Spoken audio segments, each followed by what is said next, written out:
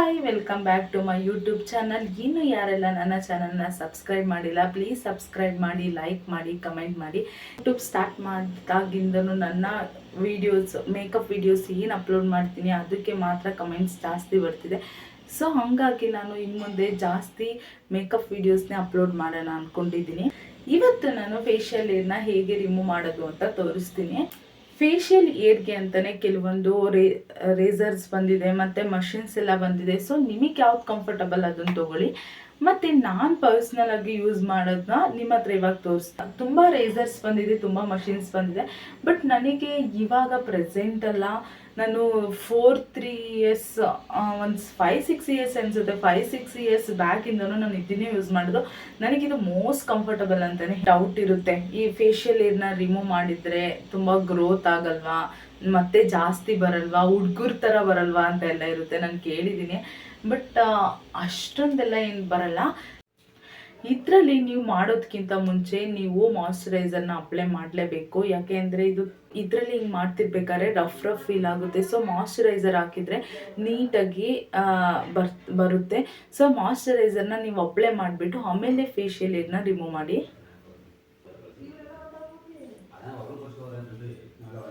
ನಾನಿವಾಗ ನಿವ್ಯಾ ಯೂಸ್ ಮಾಡ್ತಿದ್ದೀನಿ.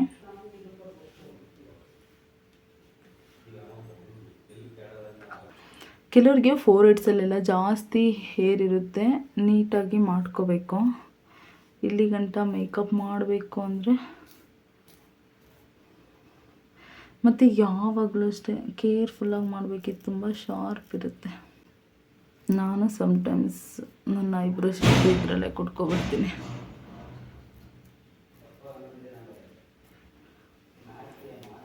ಕೆಲವ್ರು ಇದು ಯೂಸ್ ಮಾಡಿದ ಮೇಲೆ ಹೇರ್ ತುಂಬ ರಫ್ ಆಗಿ ಬರುತ್ತಾ ಅಂತಾರೆ. ಹಂಗೆಲ್ಲ ತುಂಬ ರಫ್ ಆಗಿ ಏನು ಬರಲ್ಲ.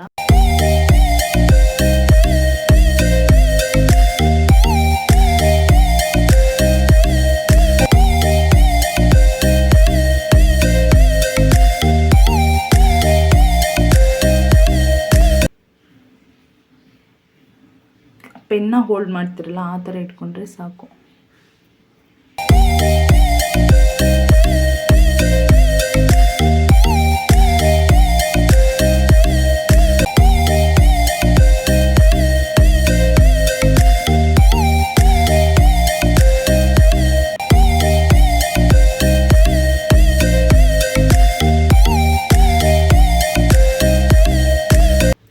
ನಂದು ಅಷ್ಟು ಹೇರಿಲ್ಲ, ತುಂಬ ತಿನ್ನಾಗಿದೆ, ಚಿಕ್ಕದಾಗಿದೆ ಹೇರು. ನೀವು 4-5 ಟೈಮ್ಸ್ ಯೂಸ್ ಮಾಡ್ಬೋದು. ನಾನು ಐಬ್ರೋದಲ್ಲಿ ಬಂದಿರೋ ಎಕ್ಸ್ಟ್ರಾ ಹೇರ್ಸ್ನು ಇದರಲ್ಲೇ ತೆಗಿತೀನಿ.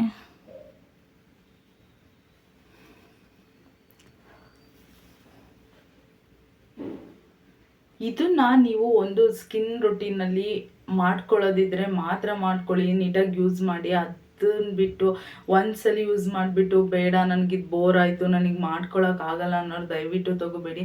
ನಿಮ್ಮ ಹೇಗೆ ನೀವು ಕೇರ್ ಮಾಡ್ತೀರಾ ಅಷ್ಟೇ ಚೆನ್ನಾಗಿರುತ್ತೆ.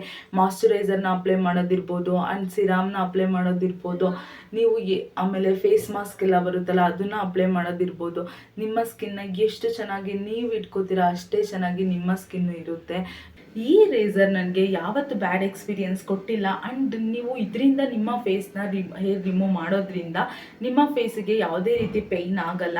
ಆ್ಯಂಡ್ ಕೆಲವರು ಪಾರ್ಲರಿಗೆ ಹೋಗ್ಬಿಟ್ಟು ಥ್ರೆಡ್ಡಿಂಗ್ ಎಲ್ಲ ಮಾಡಿಸ್ತಾ ಇರ್ತೀರ. ಥ್ರೆಡ್ಡಿಂಗ್ ಎಲ್ಲ ಮಾಡಿಸಿದ್ರೆ ಏನಾಗುತ್ತೆ ಅಂದರೆ ಕೆಲವ್ರದ್ದು ಸೆನ್ಸಿಟಿವ್ ಸ್ಕಿನ್ ಇದ್ದಾಗ ಸ್ವೆಲ್ ಆಗೋದು ಆ್ಯಂಡ್ ರೆಡ್ ರ್ಯಾಷಸ್ ಆಗೋದು ಹಂಗೆಲ್ಲ ನಾನು ನೋಡಿದ್ದೀನಿ. ಸೊ ಅದು ಅವಾಯ್ಡ್ ಮಾಡಿ ಈ ಥರ ಮನೆಯಲ್ಲೇ ಯೂಸ್ ಮಾಡ್ಕೊಳ್ಳಿ. ಈ ಥರ ತಗೊಂಡು ಇದು ಕಾಂಬೋದಲ್ಲಿ ಆನ್ಲೈನಲ್ಲಿ ಎಲ್ಲ ಶಾಪ್ಸಲ್ಲೂ ಸಿಗುತ್ತೆ.